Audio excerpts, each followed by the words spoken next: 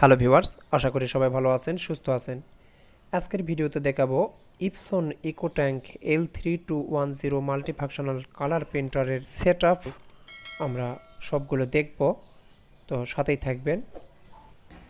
Black, cyan, magenta এবং yellow.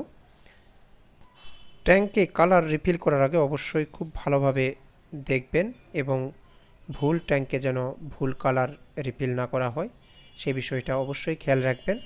একদম পাশেই হচ্ছে সায়ান, আমরা সায়ানটা এখানে ঢালবো।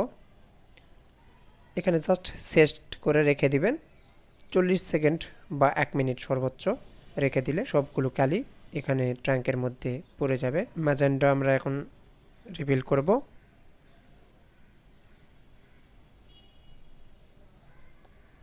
এভাবে দিয়ে রেখে দিবেন 40 সেকেন্ড থেকে 1 মিনিট। সিরিয়ালি করবেন আপনারা, তা না হলে এলোমেলো হয়ে যেতে পারে। রিফিল করার ক্ষেত্রে অবশ্যই সাবধানতা অবলম্বন করবেন। আমরা এখন ইয়েলো দিব, রেখে দিব 1 মিনিট।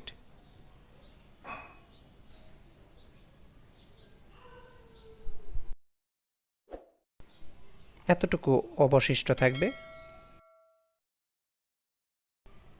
1 মিনিট রেখে দিব।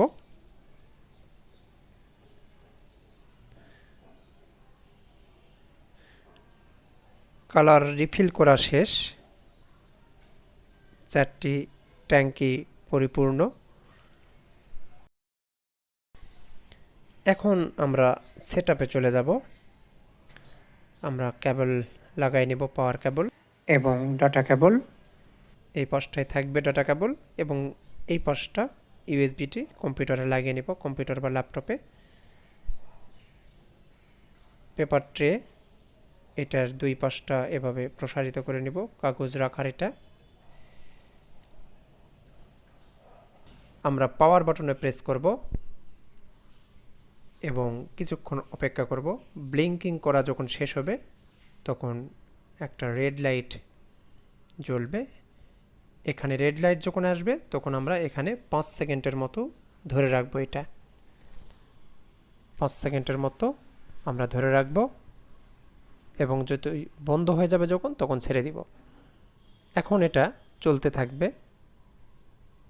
যতক্ষণ চলতে থাকবে ততক্ষণ আমরা আর হাত দিব না। এটা একটা সময় শেষ হবে। লাইট ব্লিঙ্কিং করা শেষ হলে আমরা ড্রাইভার ইনস্টল করব। ভিডিওটি আপনাদের উপকারে আসবে, ভালো লাগলে অবশ্যই লাইক, কমেন্ট, শেয়ার করবেন আর সাবস্ক্রাইব করে সাথেই থাকবেন।